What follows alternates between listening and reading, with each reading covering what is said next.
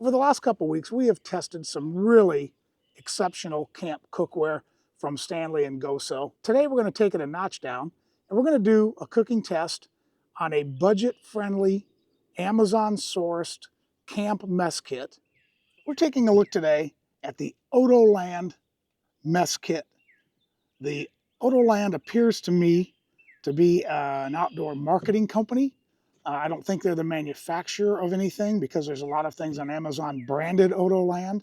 But it says it's a focus on outdoor land is what it stands for. So what do you get when you purchase the Odoland mess kit? First off, you get 2 lids, and everything in the mess kit is made out of aluminum with the exception of 2 stainless steel cups. And in the cups are fake leather cuffs so that when you have hot liquids in the cups, you don't burn your hand. You get a small kettle, and inside the kettle is a little cleaning pad to keep everything tidy. You get a saucepan, and the saucepan has fold-out handles that are made of plastic. 2 very small plates, and I will tell you this is not my size plates, but you get 2 stainless steel plates. You get a fry pan that is shaped more like a saute pan. It's got straight up and down sides. Also has fold-out handles. And the fry pan, along with the saucepan, are both non-stick coated with Teflon. You get 2 sets of foldable silverware, a nice little carry bag, and you get instructions that say, effectively, the way I read it, don't use metal utensils in here, and these are going to heat up very fast, so low heat is best. So we're going to test that. These are very thin aluminum. I'm going to test and see how it performs on a camp stove, because a lot of camp stoves can't go down to real low simmer temperatures. We're going to see if this is able to cook without burning. We're going to do some bacon in the fry pan. We're going to do some ramen noodles in the saucepan. Then we're just going to heat up some water, pour it into the glasses, see how hot the glasses get and if these cuffs work. And our goal for today is simply to give this a test to see if for the casual overlander, the casual camper that's just looking for a budget-friendly cook set that they can take with them for a weekend or 2 out in the woods, if this passes muster for that. And if it doesn't, is there a way to make it pass muster? So anyway, we're going to head over to the iron grill table and start cooking. All right, and I will say that these are extremely thin aluminum pans, extremely lightweight. To add a little more reinforcement, they've rolled the edges. So I'm going to make sure that I don't use very high heat at all. And I'm not going to let it warm up. I'm going to go ahead and simply put the pan on, put the bacon in immediately, because I think any sort of preheat on this would overheat the pan. I have burned holes in thin aluminum like this in the past, so I'm very wary of that. So we're going to let this just warm up for a second, then we're going to turn the heat down. And let's get the bacon in. And this is 3 pieces of thick cut bacon. And as you can hear, it's already starting to sizzle pretty hard. So there's a lot of heat coming up through this pan. All right, well, I must say that with the heat as low as I could get it, and we are kind of windy, so when the wind would come up, the pan would cool down. When the wind stopped blowing, it would heat up very quickly. So again, it's going to transfer heat very quickly, so very low heat. But we have some really nice looking bacon in here. So I would call our fry pan test a success. All right, our next test is going to be simply using the saucepan to boil some of these excellent Momofuku ramen noodles. If you haven't tried these, they're really good. Just going to get some water in the pan, get it to a boil. And on this test, I mean, boiling water is not exactly a test, but we want to make sure that the water comes to a boil efficiently. Once we put the noodles in, will it hold the boil, or will it lose all its heat right away? And then we're going to test the strainer lid just to dump the water out and make sure that it's not splashing everywhere.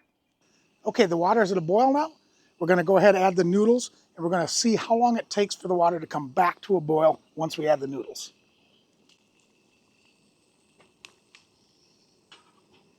Yeah, that did really well.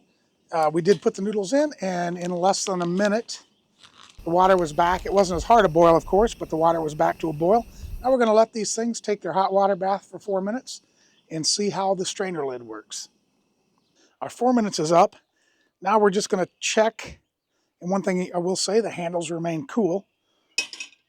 We're just going to check the strainer lid to see if it is going to strain well. And here the test is it coming out of the holes and not around the lid? If the lid fits tightly, it is a good sign if it comes out of the holes. And since the lid doesn't fit so tight, my finger's staying on the lid. And it looks like we have water coming out the lid and the strainer holes. So other than releasing steam, I would say that the strainer holes are not necessary. A normal lid would just go ahead and strain as well. But all that being said, we have our noodles in our pan and not on the ground. So I think that's a plus. Now let's get our seasoning in here and enjoy some noodles.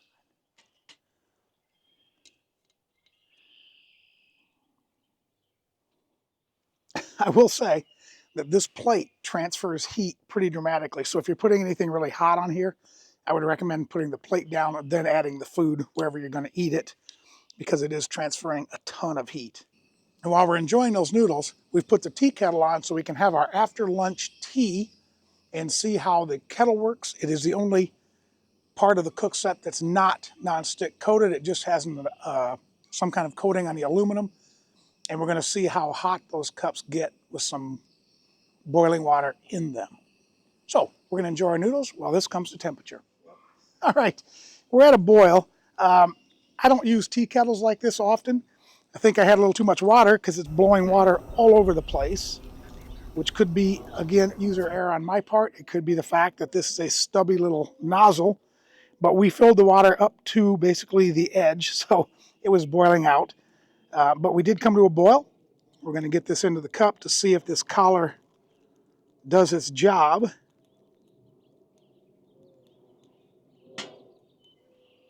And I can feel some heat coming through the collar. Ooh, the glass itself is really hot. So the collar is allowing me to hold the cup, but it's sort of irrelevant because the cup is so hot, there's no way you would want to drink out of it at this point. So I think by the time the liquid became cool enough that you could drink out of it, you could probably hold it without the collar. I will admit that going into this test, I had some preconceived notions about this cookware. Some of those preconceived notions were confirmed, and others, I will say I was wrong. So, where was I right? These are very thin aluminum, which means that I would not use those on a fire. I would use those only on a camp stove, and even on a camp stove, if it's not a low enough fire, this cookware is going to get too hot. Now that's clearly not a problem if you're boiling water. They worked great for that, and the noodles came out really nicely, and we were able to drain the pan. But for the fry pan, I would not use this unless I had one of these. This is simply a flame tamer. It goes between the stove and the fry pan, and it would help to modulate the heat so you don't overheat your food. Now today, we had success. It was windy. I think the wind helps take some of the heat away from this pan because they're so thin. Wind would draw it away. When the wind slowed down, it started sizzling much harder. So I think it transfers a lot of heat. One of these would help. You could use a little hotter fire, but you could modulate that fire better. So a flame tamer would come in handy, and they're very cheap on Amazon. On the plus side, the silverware, which I wasn't expecting much of at all, was actually pretty nice. The handle was very firm. It locked in place with a slider, and it worked well. The knife is small. You're not going to cut up a 4-inch steak with this, but for anything that fits on that plate, it's going to be fine.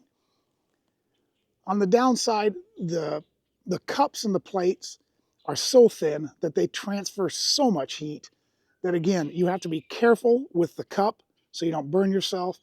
And with the plate, if you're one of those folks that likes hot food and you sit on your lap, you're going to want something between you and the plate. So overall, the kit comes with a lot of things. Honestly, I think some of the things could have been left out, but the cookware itself, I thought worked fine. Better than I expected. It cleaned up easily. Of course, you would expect that being Teflon. On the downside, I mean, I don't know how long this is going to last. It is Teflon coated. It wears out. If you don't use the proper tools in it, which means plastic and wood, you can scratch it. If you overheat it, it can delaminate and bubble. So you have to be careful with it, but there is no maintenance other than that. So if you're just someone that wants to go out for the weekend, you're not focused on the cooking, you just want to be able to cook food, get it on the table, and then enjoy the outdoors, I think this would be a good set to use. The prices range between $30 and $50 for different sets, different configurations, different sellers. Again, Odoland has a lot of different stuff. I'm going to link everything below, including that flame tamer. I do recommend that. If you've used the Odoland, or if you have a kit that you think is like this but better, please let us know in the comments below. If you like this kind of content, take a minute to hit that sub button in the lower right-hand corner, give us that thumbs up, and share it with your like-minded friends. And as always, take care, and we'll see you outdoors.